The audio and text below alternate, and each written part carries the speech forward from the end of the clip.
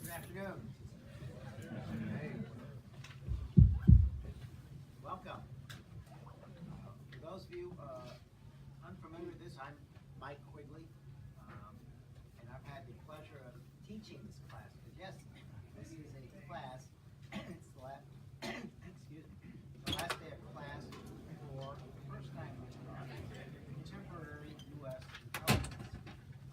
So I want to thank my students for bearing with the non-professor lecture through the semester, and I recognize Liza for doing an extraordinary job today.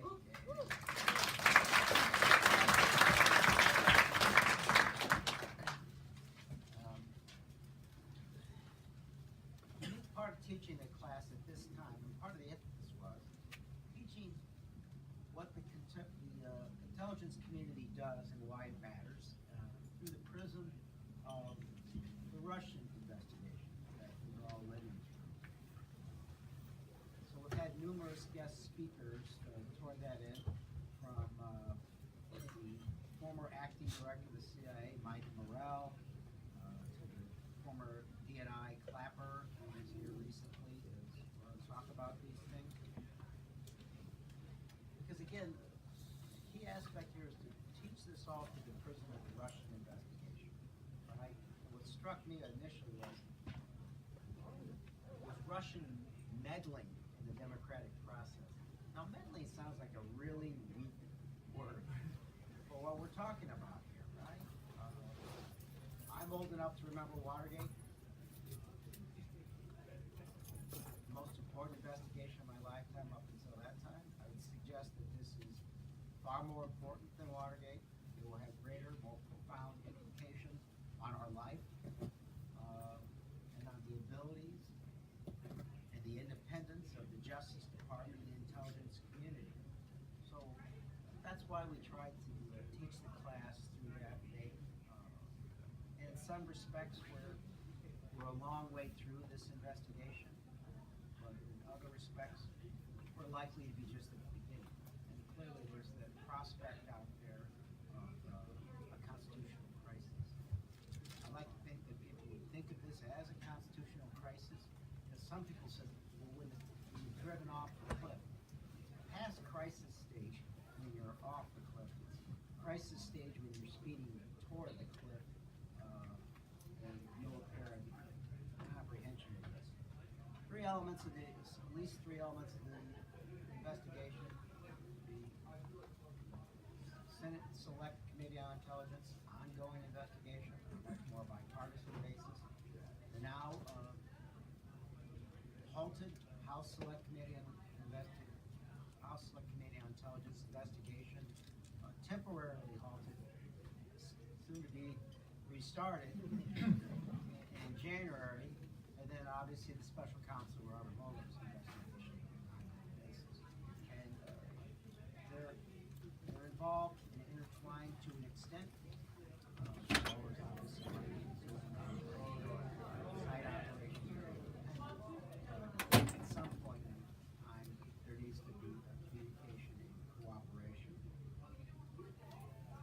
that being said, as we've gone forward, the ranking member of the House Select Committee on Intelligence is joining us today. And in January, given what took place just a month ago, he will be the chairman of the House Select Committee on Intelligence. He is my colleague and my friend, Adam Schiff. Adam represents since 2001 a district in California. The number has changed, but it's currently the 28th district. California has way too many congressional districts. Illinois seems to have fewer and fewer, which is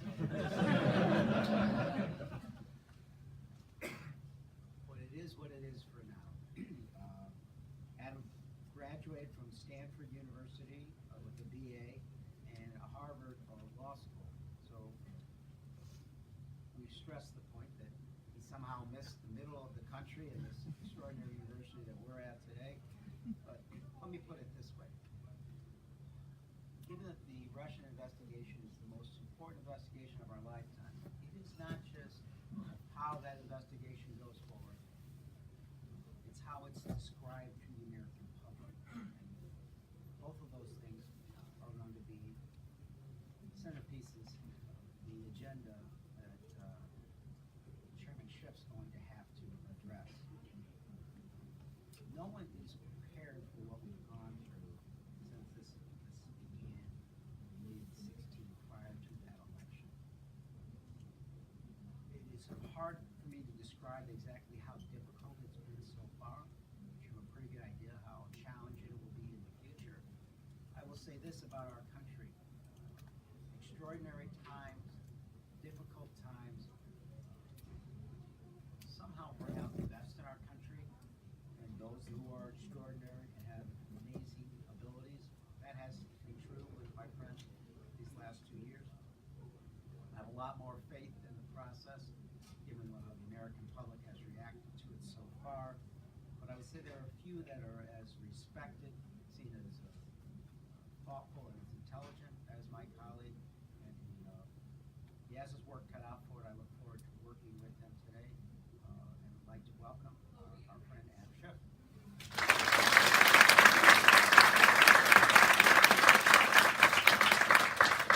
Ask me what you want. We'll go to questions whenever folks want to. Curiosity.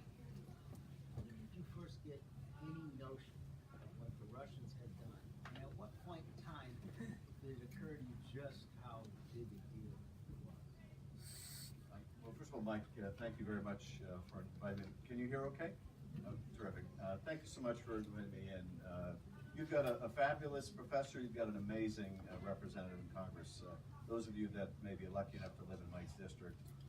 And he's right, I went to school on both coasts, but my daughter's at Northwestern. So we're trying to correct for the deficiencies in my education with some good Chicago teaching. It's not your fault. You couldn't get in here. It's a real treat to be with you. And I was thinking, as you were talking about Watergate, Mike, there's so much when you look at Watergate that is in common with what we're going through today. Watergate was the break-in of the Democratic headquarters. What we have here was the break-in of the Democratic headquarters. Now, it was a virtual break-in in this case, rather than a physical break-in. Then, and this is, I think, why Mike, one of the reasons Mike talks about this being more significant. Then, as compared to now we had a foreign adversary do the break-in. And it wasn't merely a break-in and the slow drip of emails that were an effort to damage the Clinton campaign. It was also a whole social media campaign that was designed to divide the country and push out content that was helpful to Donald Trump and hurtful to Hillary Clinton. Then, as now, we had a whole range of kooky conspiracy theories. There were those, and actually some of these were pushed by the White House. There was a theory that the Watergate was broken into by the CIA. The CIA was behind it in some kind of a CIA operation. Today, we've got kooky conspiracy theories, some pushed out by the White House, that there's a deep state cabal within the FBI that is out to get the president. then you had these kind of kooky characters, like Martha Mitchell, that were very eccentric and interesting, but kind of kooky. And we've got our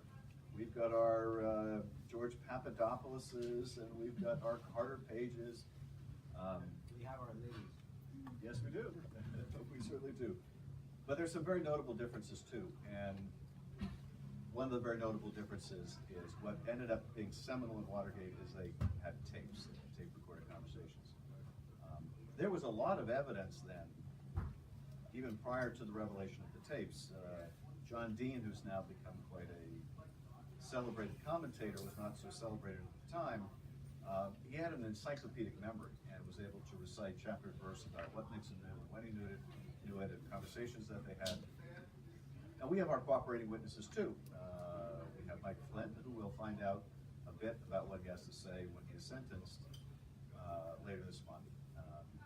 We've got Michael Cohen. We're finding out a lot every day about what Michael Cohen has to say.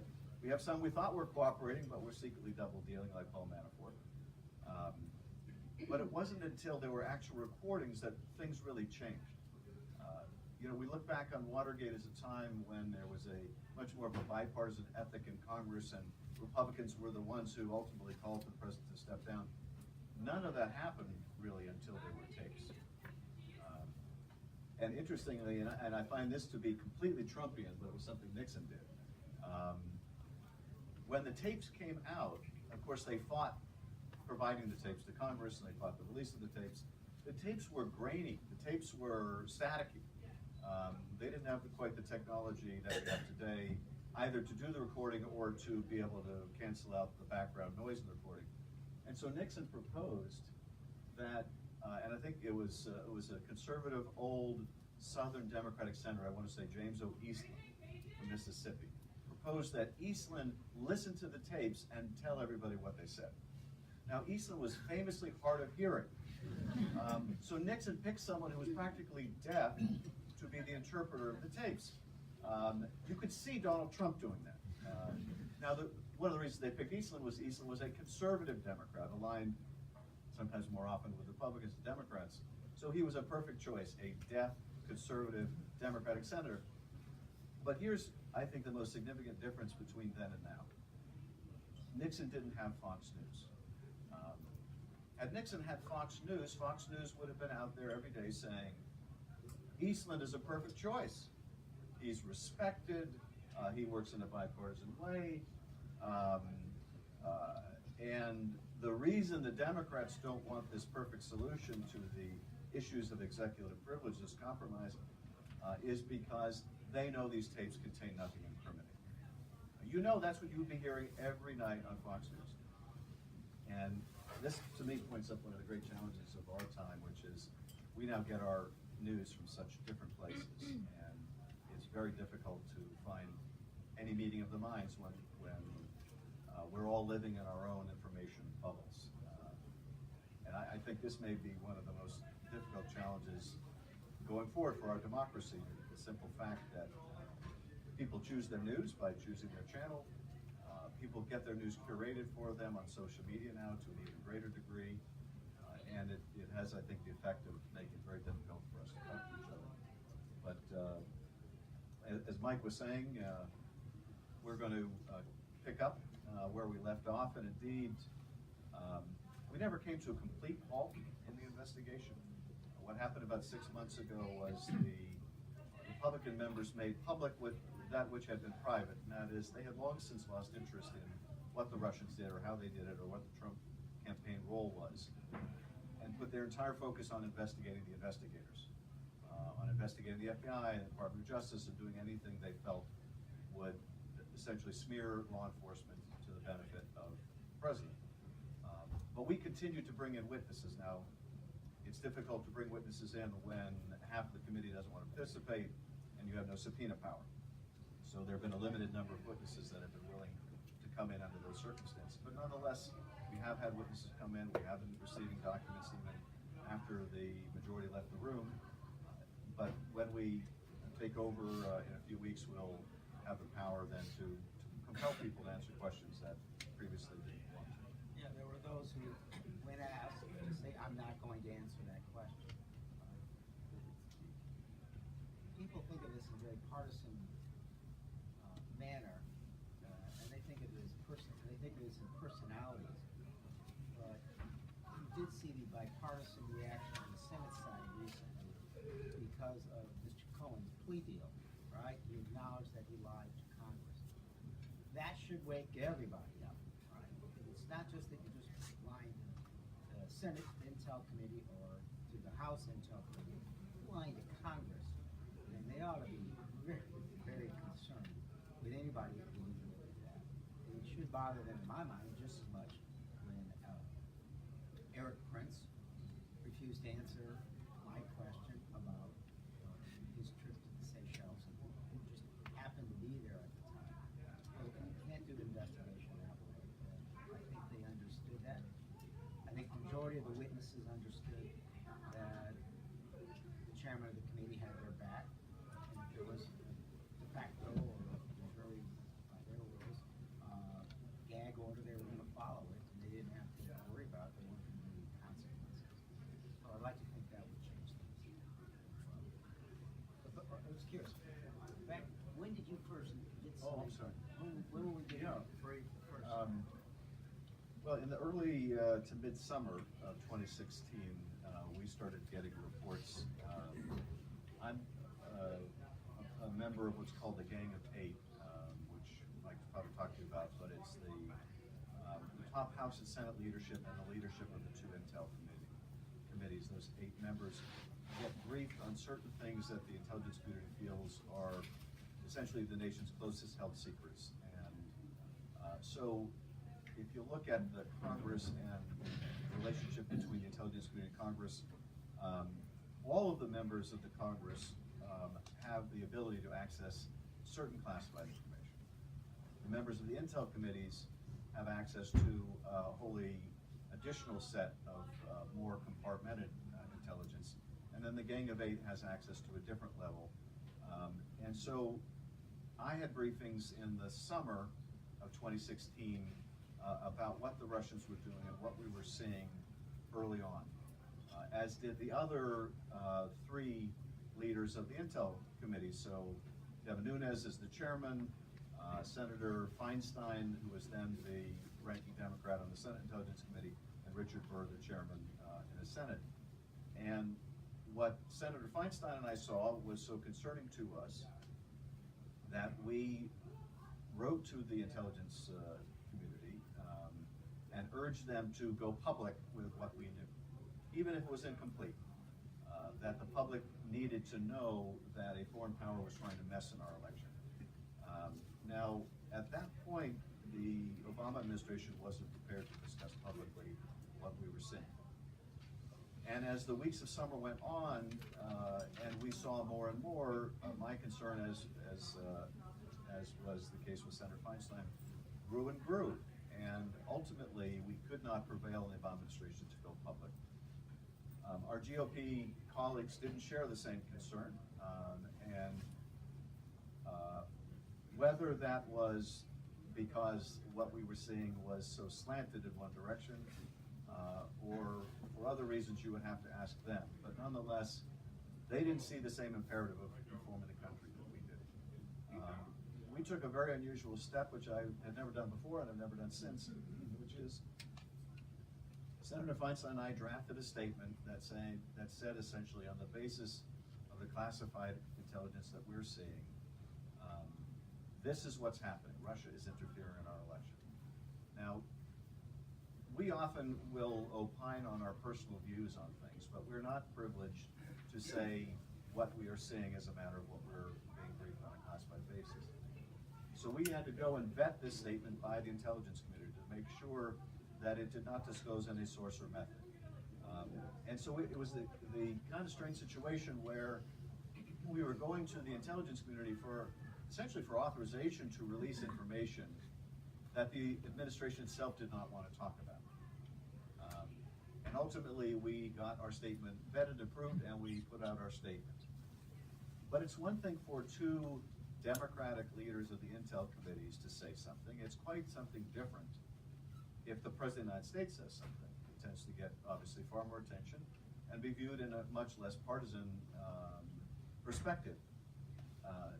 It wasn't, though, until October that we finally prevailed on the administration to say something. And what they chose to say was in a single printed statement, a one-page statement, signed by the Director of National Intelligence and the Director of CIA, but not the Director of FBI. Now, interestingly, as I understand it, Comey didn't sign the statement, even though he was the one in charge of the counterintelligence investigation, of which this would be a part, because he felt it was too close to the election. Now, there's more than a little irony to that, considering what would follow. But the same day that that statement was issued, the Access Hollywood tapes came out. WikiLeaks decided to dump the Podesta emails. And of course, one of the things that makes the Roger Stone, Jerome Corsi stuff so important and interesting was the timing of that WikiLeaks dump, which had the effect of obviously taking the Access Hollywood stuff off the top of the page, not to mention the fact that our intelligence agencies on the same day were concluding the Russians were deliberately interfering in our presidential election. Was that done at the behest of anyone or the suggestion of anyone on the campaign? That's obviously the issue in terms of the issue of collusion or coordination or conspiracy. But that's the rough chronology. Now, why was the Obama administration so reluctant to call out the Russians? And there were a number of reasons. The predominant reason, and I didn't agree with this, and I fought them about this, largely unsuccessfully at the time. The predominant reason was Donald Trump was out there saying the election is rigged. And indeed, he's been saying it ever since. In these last midterms, any state that didn't go his way, he was out there suggesting it was rigged. And there was a concern within the Obama administration that if they were to go out and say, hey, the Russians are messing around the election, it would be spun as they're trying to rig the election.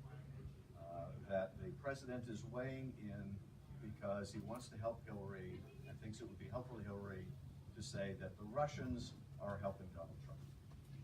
So they didn't want to play into that narrative. Now, I think part of what informed that decision, which was a fatal error in judgment, is they assumed that Hillary would win. And they didn't want her win to be colored. But that is not, in my view, a sensible way to make a decision about informing the country. That a foreign power is trying to mess with our election. And I made that argument and failed in that argument. And the statement issued by our agencies on that day got very little notice. And when people in the administration talk about that now and say, well, you know, we had the bad luck that the day we issued our statement, there was all this other news, that's not an answer either. Well, first, one of the lessons we've learned from being ringside or in the ring with this, I don't believe there are any coincidences in the Russia investigation.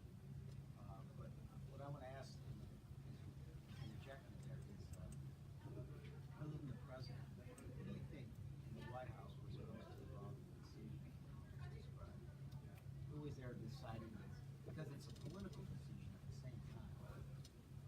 Well, the president. The president's chief of staff, the president's advisor for cyber security, I think were sort of the predominant voices and decision makers. You know, they would have a right to feel at least partially vindicated in the sense that if they fear that Trump would make the argument that the elections are rigged, well, in fact, he's been making that argument ever since. So what they were anticipating, what they were fearing would certainly have come to pass. But nonetheless, that's not a sufficient answer. And I think that there's a recognition within the administration now that that was a mistake, and a very costly one.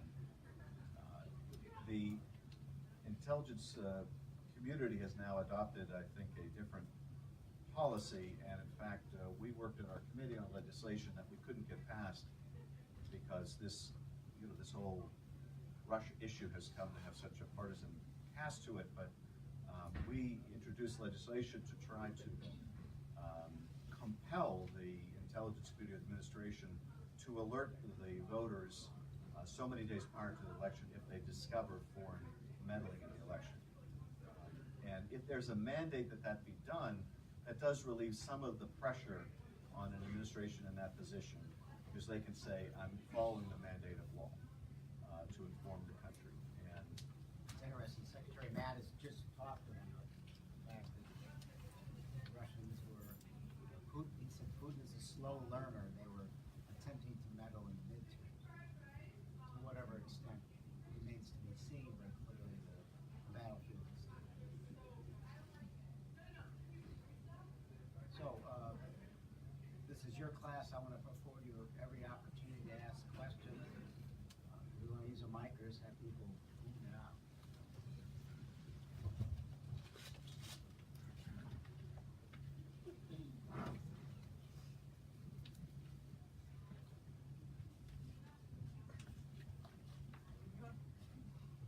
Raise your hand. There we go. Hi, thank you so much for being here today. I'm wondering, now that you do have subpoena power, if there's anything that you have been kind of itching to, when you mentioned to talk through our documents, you've been wanting to see on any sort of like inkling you have that you'd like to chase and you have power to. well, one example that I like to give, because it's such a clear example of an obvious investigative step that wasn't taken, but it also gives you a vivid sense of where the majority was coming from. How serious were they really about doing an investigation? We know that in June of the election year, in June of 2016, the Trump campaign gets an email saying, hey, we're from the Russian government, we want to help. And we've got dirt on Hillary Clinton that we will offer you as part of the Russian government's effort to help Donald Trump. But we'd like a meeting. And this goes to the president's son, one of the key campaign surrogates. And the president's son's trying to figure out what to do with this.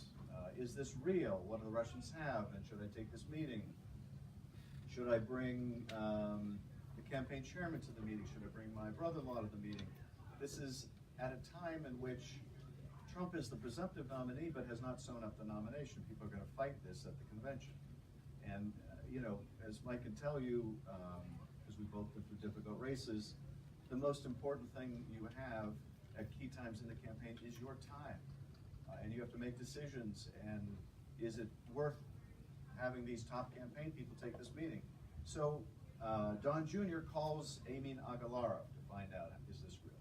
Now, Amin Agalarov is the son of a guy named Aris Agalarov, who ironically is known as the Russian Donald Trump, because he's a big real estate magnate very close to Putin.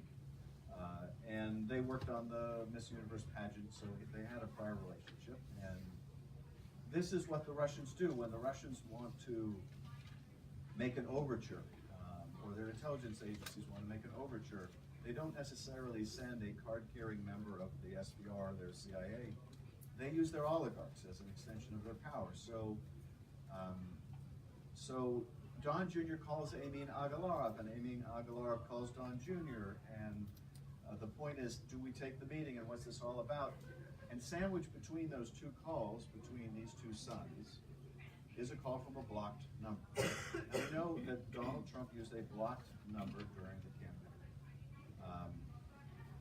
Now, Donald Trump says that he had no advance knowledge of the Trump Tower meeting.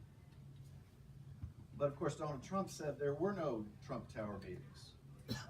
And Donald Trump said the only meeting that took place was about adoptions, because apparently he helped draft that false statement. So we cannot really rely on what Donald Trump has to say about that meeting in any way, shape, or form. The most obvious thing to do is to get the phone records and find out, did that call come from Donald Trump?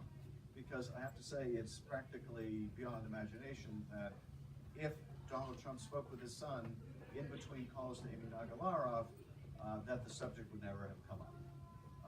What's more, as you watch Donald Trump Jr. During the campaign and in the business, and you try to evaluate what was the scope of his decision making, and when did he need sign off from Daddy, it's pretty unthinkable to imagine that he would go through a meeting like this without Daddy's approval. But there's a good way to find out at least one key part of circumstantial evidence, and that is get the phone records. So naturally, when we discovered this block call, we said to our GOP counterparts, okay, so we're gonna get the phone records, right? And the answer was no. We don't wanna know. And that really is where they were coming from. They don't wanna know. Now they were happy to send out subpoenas to the Department of Justice or the FBI or whatever. But when it comes to sending a subpoena to a phone company to find out a pretty key bit of information, they're not interested. So we are very interested. And there are any number of illustrations like that of where there were some very obvious investigative steps that should have been taken and weren't. And that goes to not just documents, but also witnesses. And as Mike was saying, we would have witnesses come in, and Steve Bannon was, among them, who would say, I'm not going to answer any question about the entire time I was in the Trump administration, the entire time I worked in the campaign, and we would ask, are you asserting some sort of a privilege, executive privilege? Because if you are, that's of a scope that no one has ever heard of. I mean, that's really breathtaking. Nope. Well, then on what basis are you refusing to answer? And the response was, well, the White House asked me not to. So at the same time, the White House was out there saying, we're completely cooperating with Congress. They're telling people like Steve Bannon, don't answer any question that has to do with any of these periods of time. And you can't run an investigation that way. And let's talk about how you run an investigation. Adam was a prosecutor, very high conviction rate. I was a criminal defense attorney with very high conviction rate. Different story. But you gotta, we were not just under the constructs of they don't have to answer questions or you don't get to, there's a natural flow and order of organization of how you'd want to, if you could start over an investigation. So, witnesses that we could get might answer, those would raise questions and you'll want to go after those records. What makes more sense is to get the records of the communications, using the social media platforms or the communication platforms. And those documents help you understand who you want to call, what you want to ask, and how you want this to all unfold. So we had a speaker describe what intelligence is like. It's not putting a puzzle together. It's putting a puzzle together where you don't have all the pieces. The puzzle's turned upside down, and you have pieces from other puzzles thrown in. That's as good a description as I can put together for where we were in this process because of the restrictions we had and the inability to subpoena documents, witnesses, and develop a plan reacting more than anything else. Became extraordinarily difficult. So let me interject here, which is you have that opportunity to assess come January where the Mueller investigation is, where the Senate investigation is, and sort of what's left to do. For those out there, how do you construct it from that spot? What's the first thing you do, and how do you organize this stuff? Well, probably the most important piece we may or may not know when we take the gavel in January, and that is what's happening with the Mueller investigation. Now, it may very well be that prior to January, Bob Mueller issues a report. One of the big questions is, who gets to see that report? Does that report get sent to Congress? Does that report get published for the American people to read? Does that report get buried? And there's no inevitable answer to that question. A lot will depend on who at the Justice Department is in the position to make the determination, which is one of the reasons we have such a concern over Matt Whitaker being the acting Attorney General. But presuming that we have a report, that will be a pretty good roadmap for us to see, okay, these are the issues that Bob Mueller investigated.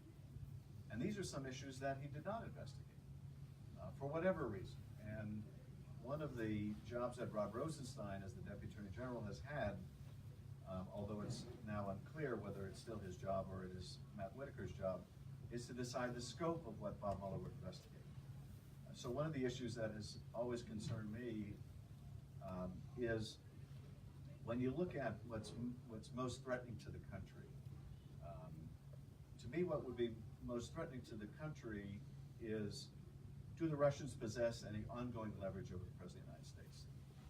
Now, this is why I think what Cohen has had to say recently is so significant, because you might remember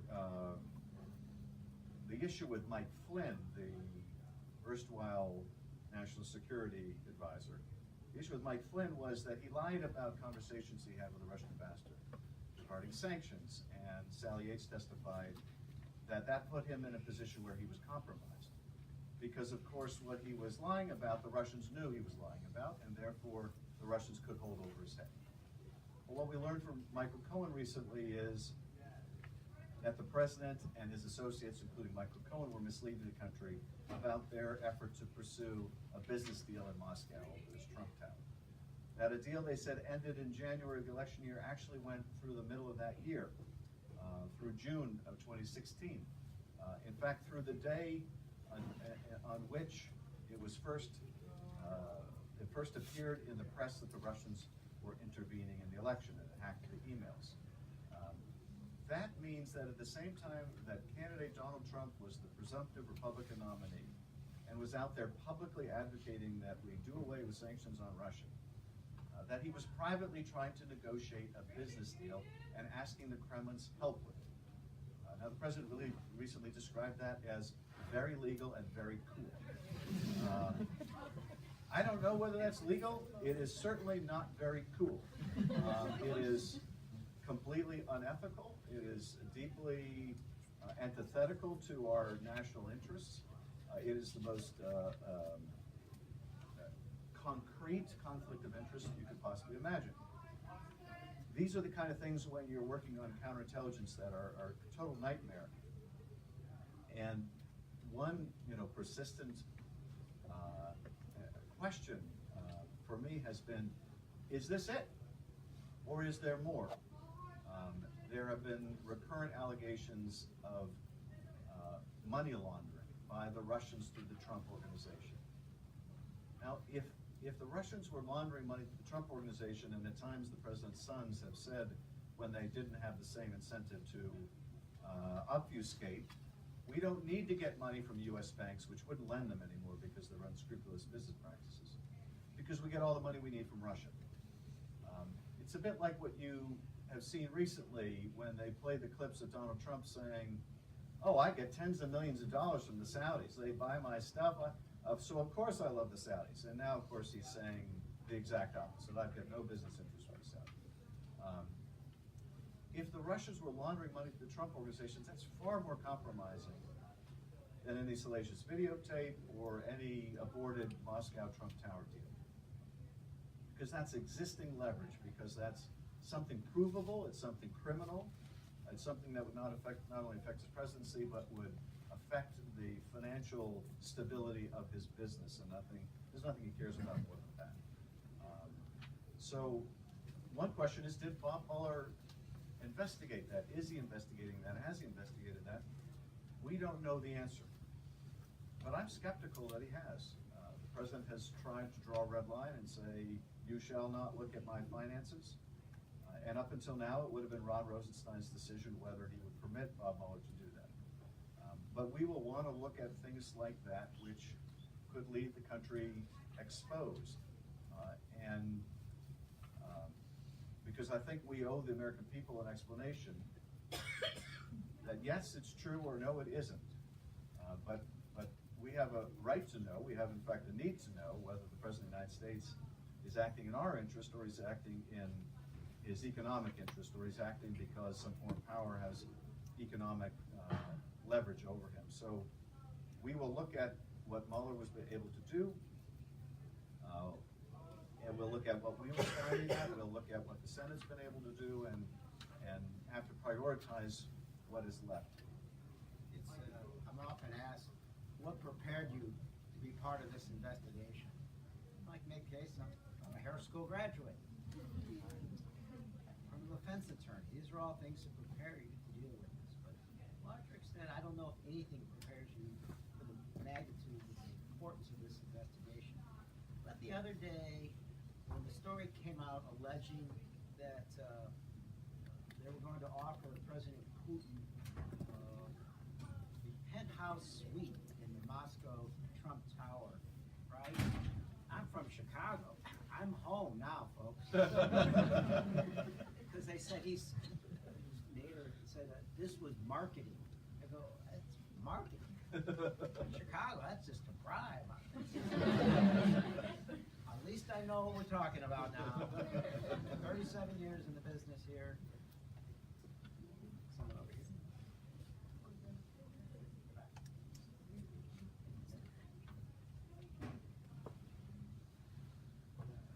Hi, thank you. I wanted to ask, I don't know if it's too premature a question, but I'm curious how you see the investigations unfolding, and as well what is being done or what can be done or what you're doing to ensure that the investigations keep moving forward. Well, Gotta protect the Mueller investigation first and foremost. That's number one.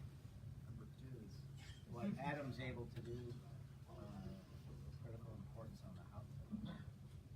Mike is absolutely right, and one of the things that we're trying to get across right now in order to protect the Mueller investigation, because that really has to be priority number one, is that if there is any effort to interfere in his work by the Attorney General, and bear in mind this is someone who auditioned for the part of Attorney General by his own admission, by going on TV and talking about how he could essentially and secretly cripple the Mueller investigation. That's what he was talking about as a commentator on CNN. Well, you could cut Mueller's budget privately so much that he wouldn't be able to carry on his work. This is the kind of thing he was talking about. So one of the things that we are trying to do now is make it abundantly clear to Mr. Whitaker or anyone else in the Justice Department that we will expose anyone who interferes with the investigation. We will call Mr. Whitaker before the Congress. We will find out. People need to understand that what they are doing right now will see the light of day. And that's an important role that we're going to play in the Congress. We have been trying to legislatively protect Bob Mueller. But even though there's bipartisan legislation to do so, Mitch McConnell has made it clear he will not bring it up. He keeps repeating as a mantra, there's no reason to be concerned that anyone's going to interfere with the Mueller investigation. I don't know what planet he's living on, but on this planet there's lots of reasons to be concerned about interference in the Mueller investigation. But I would say this too, Mueller has a different job than we do. Mueller's first responsibility is to determine who to bring to justice.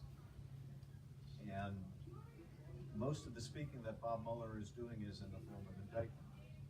It's our responsibility to determine what happened and what we need to do to protect the country and to inform the country about what happened. That's our responsibility to do this. Obviously, there's a lot of overlap between those two.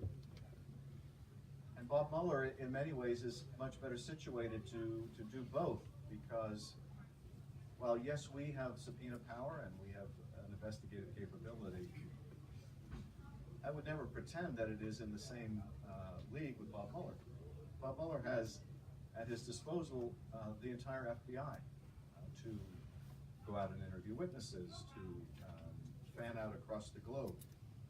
We're a fairly small committee with a fairly small staff, so we do not have those kind of capabilities. But it's going to be very important that within the range of tools that we have, that we protect what Bob Mueller can do, that within the capabilities we have, we find out as much as we can. And clearly, as I was mentioning earlier, there are lots of very simple investigative steps that we can take to try to get answers as well. So that's what we'll be doing. And you know, I'll add one other thing. I would like to see us restore the comity on our committee, which has broken down so badly the last couple of years. The Republicans have walked away from the investigation. We will invite them to walk back. Now, whether they will do that or not, I don't know.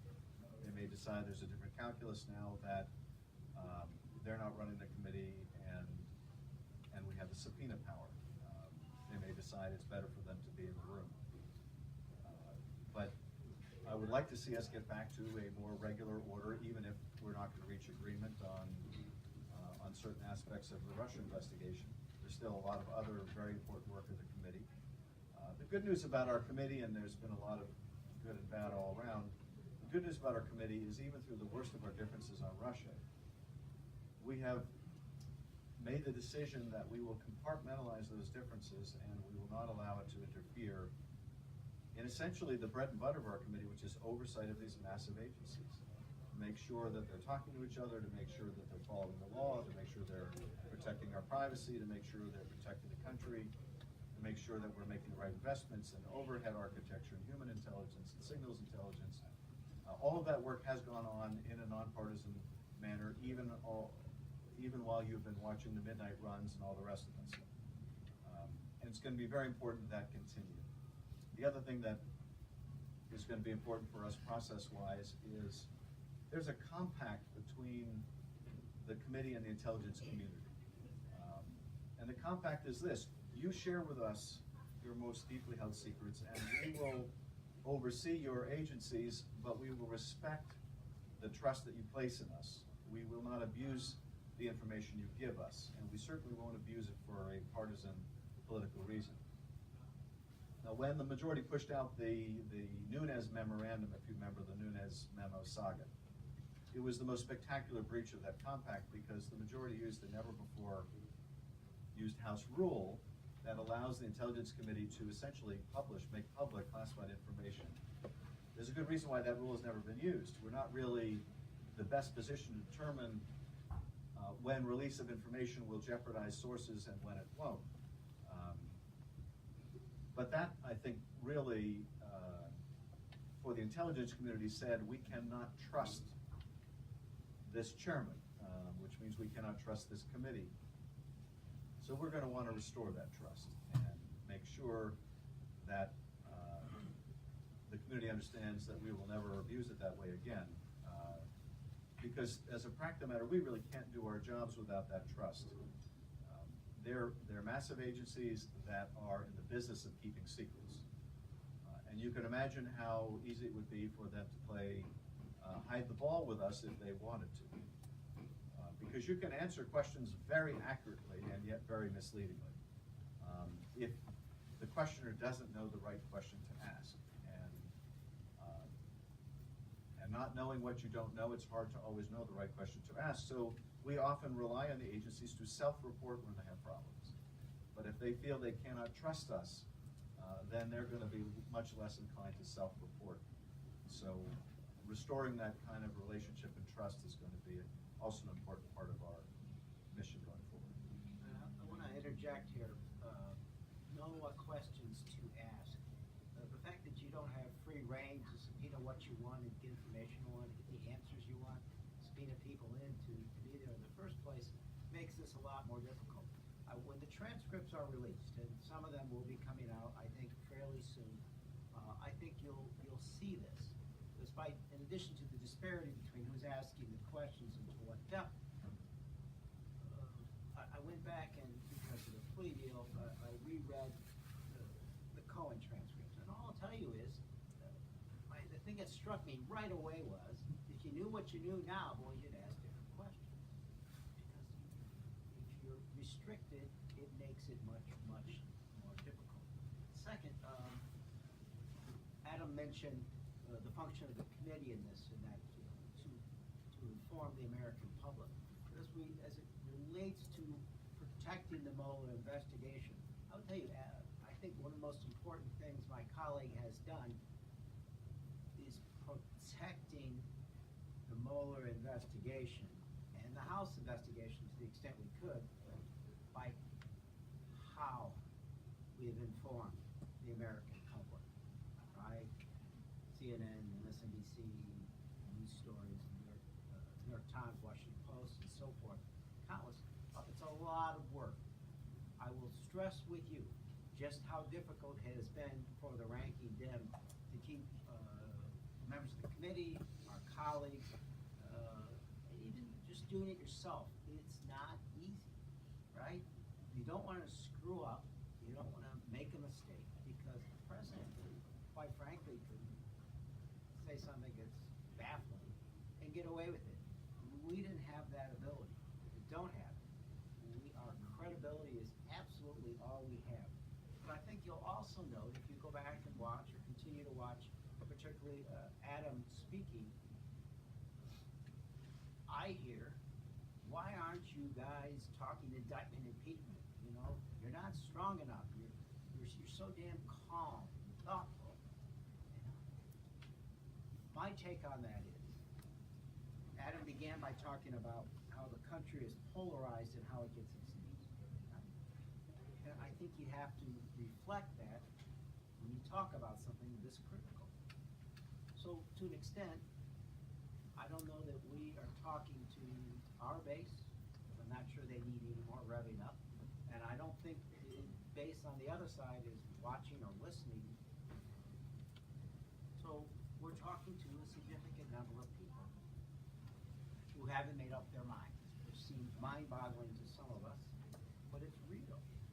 So they need to know that this isn't an investigation that we would conduct in a manner in which we would argue sometimes our colleagues did on the other side of the aisle, at times with Benghazi and so forth. This is thoughtful, nonpartisan, let's just get to the truth. I would argue that that is as important a function that the minority has undertaken on the intel side as any. So I don't know if you want to add to how some of our colleagues are more adamant on both sides and how to address that, or how to message well, what matters. Mike, I think you're absolutely right. I find during these times, more than any other since I've been in office, that if you talk in a certain way, no one will hear what you have to say. I've never seen a more polarized environment. I feel like a human focus group now, because people recognize me more than they used to, so they come up and they tell me whatever the heck they want to tell me. And you know, I'll get off the train at Penn Station and someone will stop me. Are you Adam Schiff? I just want to shake your hand. You're my hero. And then within a millisecond, the next New Yorker will say, well, you're not my hero. And it just this literally happens. I was in New Jersey flying to Minnesota during the campaign. This is about a month ago. The guy came up to the airport. You can tell within 5 words about what you're going to hear. 3 words. Sometimes less. You Adam Schiff? Like, okay, I know where this is going already. I think you're a liar. You're a fraud. You should be ashamed of yourself. Your family should be ashamed of you. I think they are ashamed of you. I think you know they're ashamed of you. And he leaves and then he comes back. And he starts laying it again. I'm like, dude, you made your point the first time. You really were quite clear the first time. This happened to me, and I said, Dad, you gotta stop. My dad is much nicer. My dad calls me after every TV appearance to tell me how great I just did. Yes. He's 90, and he's as opinionated as ever, but on one thing he's completely consistent. People are just remarkably polarized.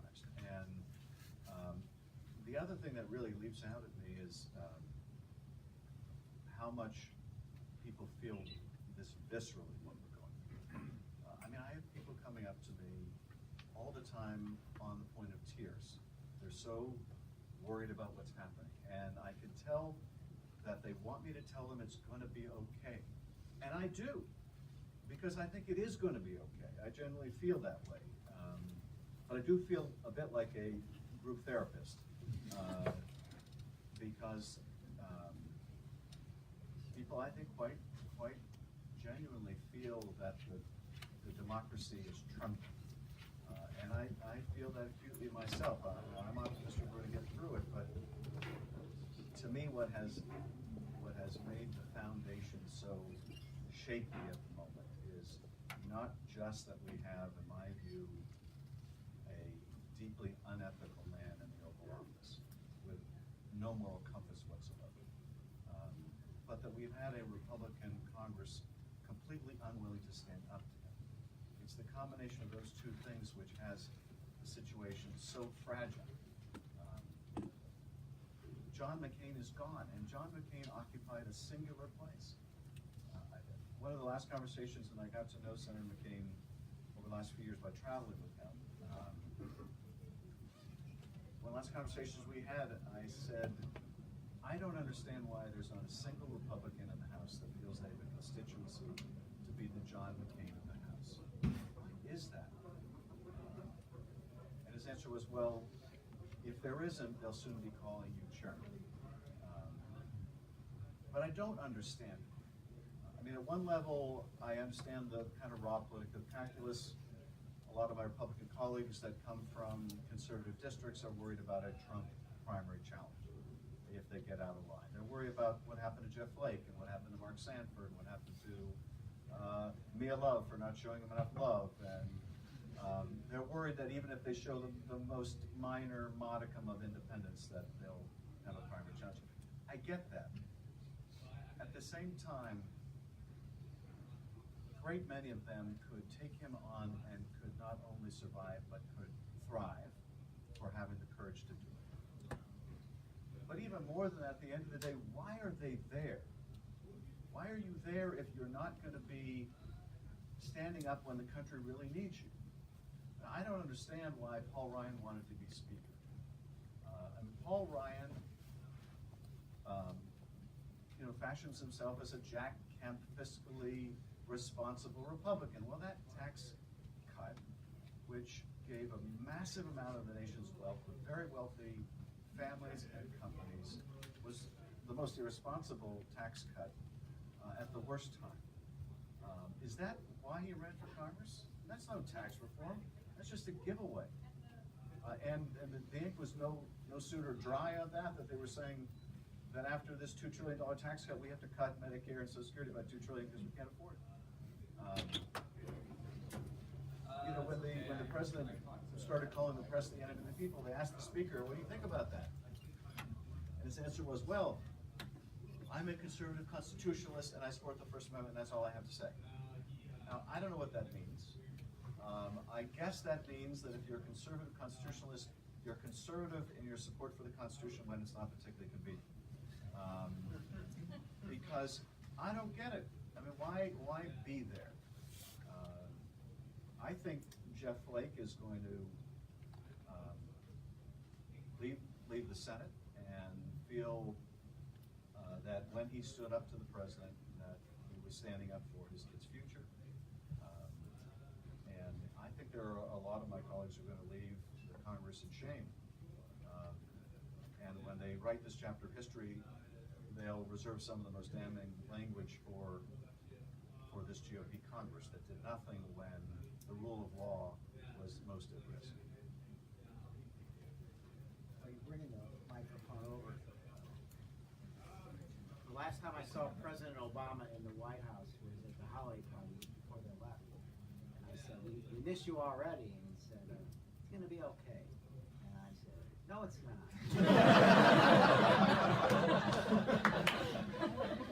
I'd like to think we were both right, because it's not okay, and the risk it could get a lot worse.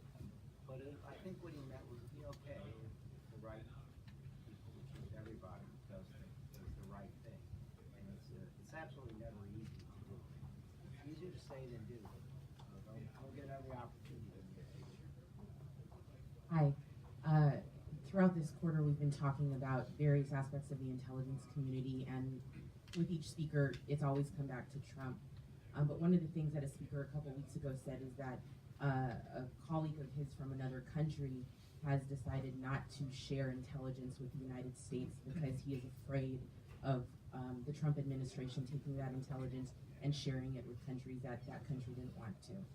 And so, can you talk a little bit about what you see as some of the greatest threats to the core functions and the capabilities of our intelligence community as it pertains to the Trump administration? How are other countries reacting to us, and what do we do in this next, in the next 2 years? What does the United States do as a result of that?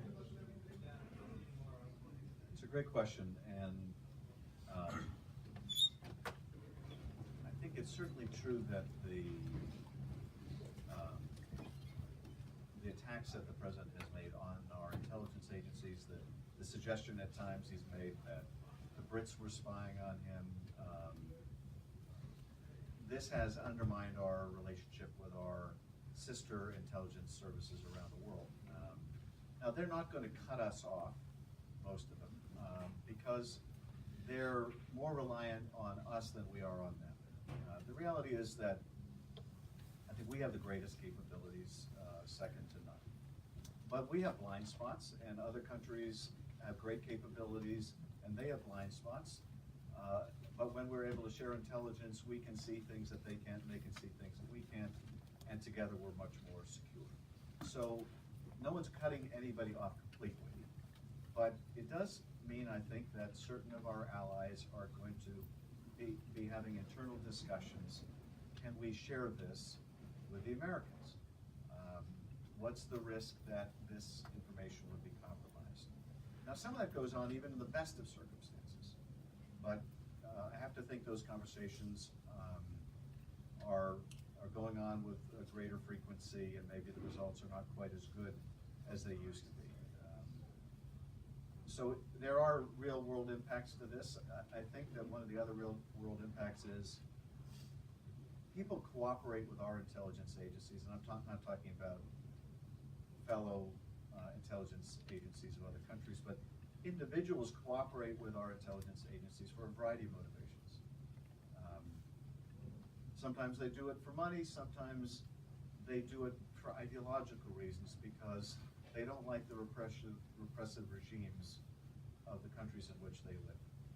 And they believe in what America represents, and they believe that helping America helps change their own country. Those who do this for ideological reasons now have reason to wonder whether America is the same country they thought it was. And they also have to worry to the degree they're putting their own lives on the line, whether, for whatever reason, monetary, ideological, or other, whether that intelligence will be safeguarded, whether their lives will be safeguarded. And when that's the case, then information dries up. And when the president spoke a couple months ago by Twitter or elsewise about declassifying the FISA applications or declassifying other information, and he made another reference to this last week when he said, the Democrats want to play tough, I can play tough too, I'm going to release classified information, which, okay, what does that mean exactly?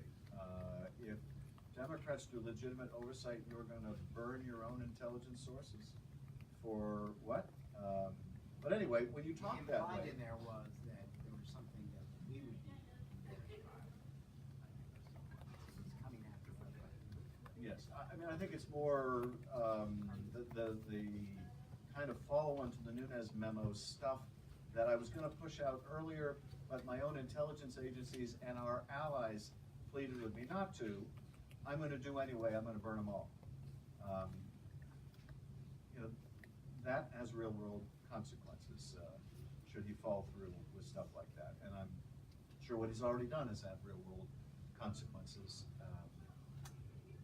This, I think, though, is part of a much broader constellation of issues. And one of the things that that I want to have us focus on an Intel committee, and this would be one of our first open hearings, and I'd like to do a lot more in open session, is we see around us right now, and to me this is the big untold story of the Russia intervention in our election. What the Russians did in the United States was unique and novel to us, certainly in size and scope. But what they did is not unique to our European allies or others. The Russians have been meddling in elections for a long time. And it's not just about the Russians.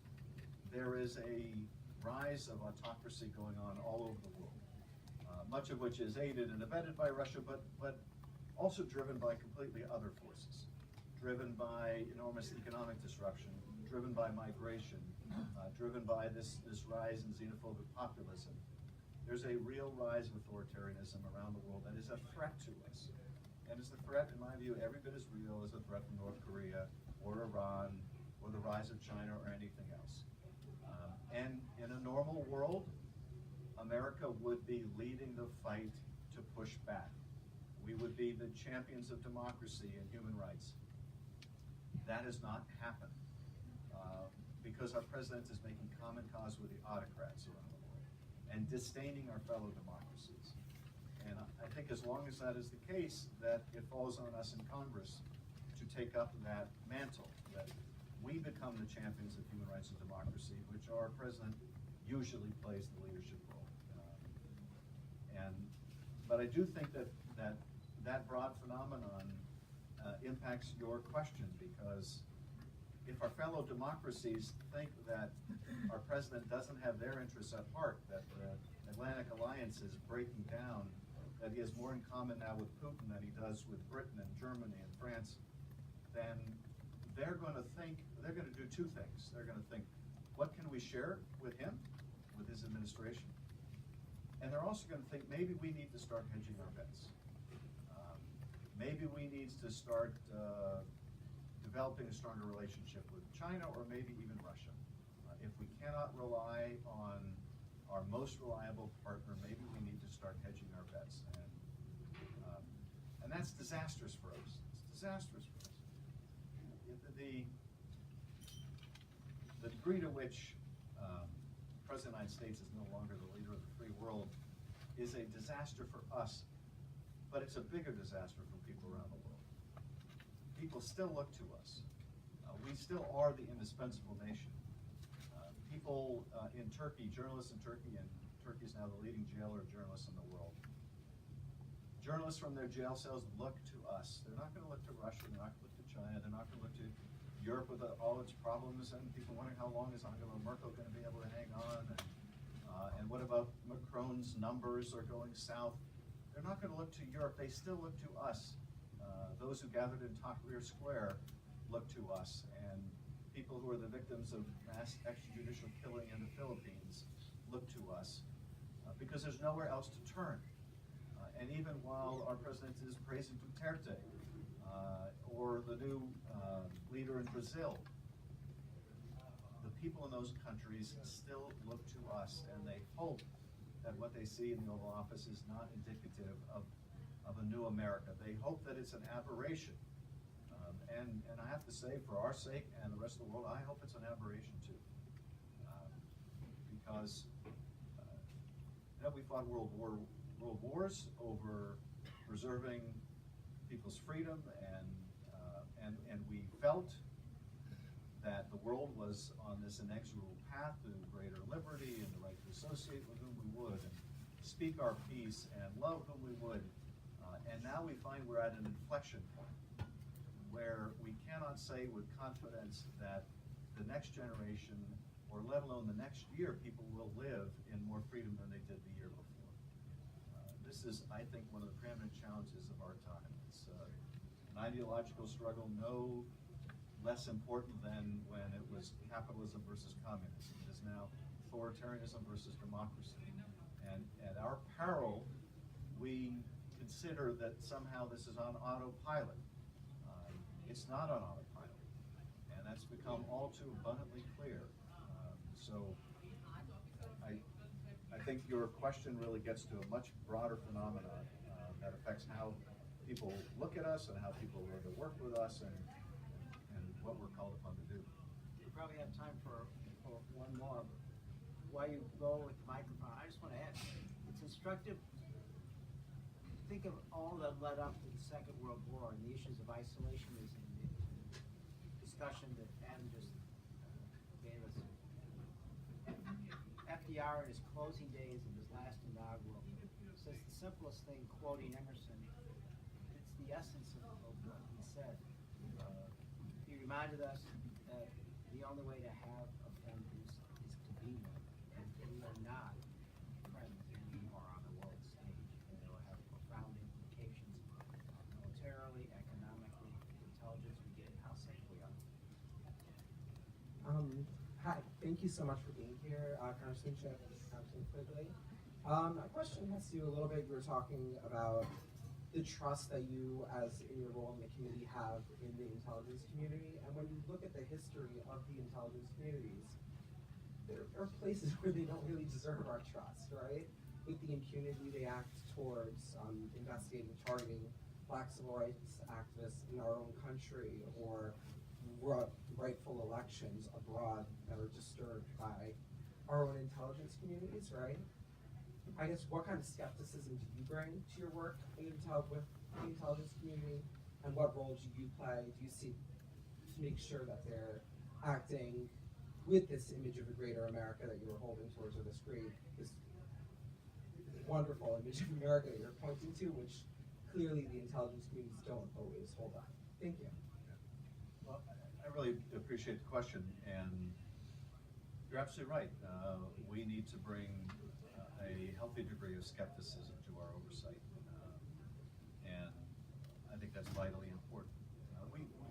And it's a tough balancing act, because on the one hand, you travel around the world, and probably the most inspiring part of our work is we get to meet with the intelligence professionals around the world. A lot of them are operating completely without a net. In the military, you have a certain baseline level of security. In the intel world, you often have none. And so you meet these folks and you recognize, how courageous they are and what they're doing, and how professional they are. At the same time, we have to bring an inherent skepticism to our oversight role. That it's not always going to be done right. It's not always going to be done legally, and we need to ensure that it is. Sometimes mistakes are going to be innocently made, and sometimes mistakes may be made that are not innocent. The mismatch of resources is more profound in this area than any other area of government oversight. And I say that for a couple of reasons. One, the size of our staff compared to the size of the agencies is a tremendous mismatch. But I say it also because in the other committees that are doing oversight, there are external validators that can test the arguments that are made by the agencies. So if I'm on the Transportation Committee and there's a hearing on high-speed rail, and the high-speed rail authorities come in and testify, and they say, we're building high-speed rail in this state and that state, these projects are on track and under budget, and blah, blah, blah. There are any number of people watching those hearings who can weigh in and do weigh in and say, okay, that's not at all true. In California, this is what's going on with high-speed rail, and in Florida, they haven't even gotten off the dime, and this is what's actually going on. Now, that's a fairly mundane example, but in the Intel Committee, where most of our hearings almost,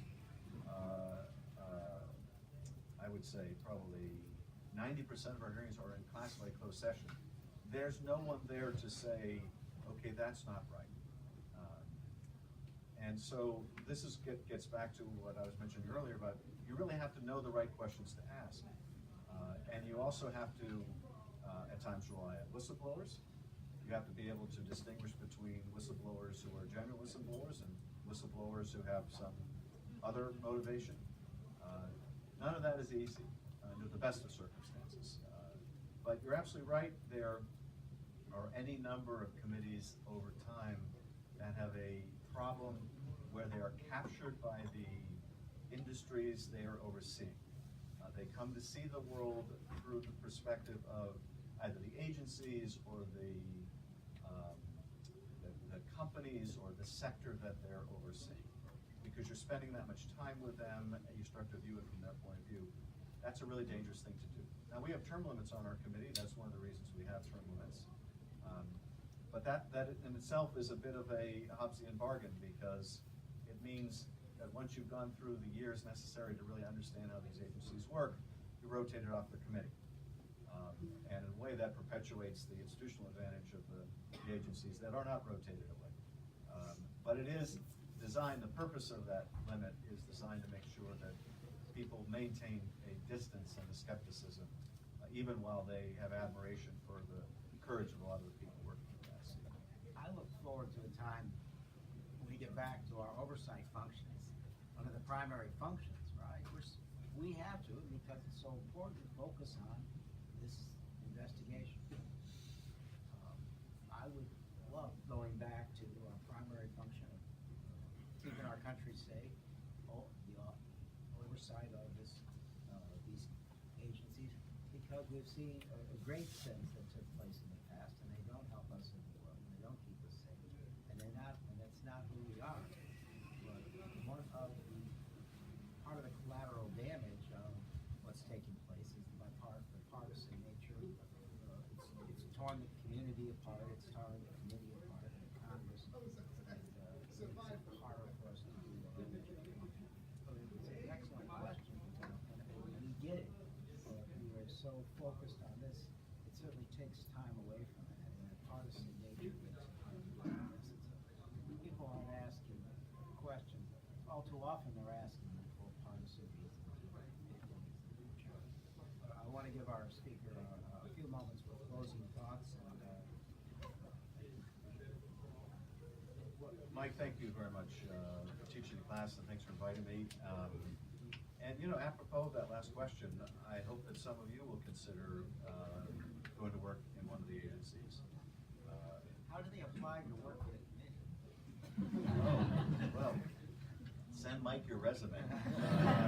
We are hiring, but there is a deep need, not only in our committee, but throughout the intelligence community for good, bright people to join the agencies, and it's totally fascinating work. It's deeply important work, so you should consider it. But I'm grateful for the interest in the work that we're doing, and we've certainly been a tremendous beneficiary of some of your predecessors who come to work on the Hill or come to work within the federal government. Or think about running for office yourself, although not against Mike, please. Just give me a few more years. But I really appreciate the opportunity to come in. Thank you very much. Thanks, everyone.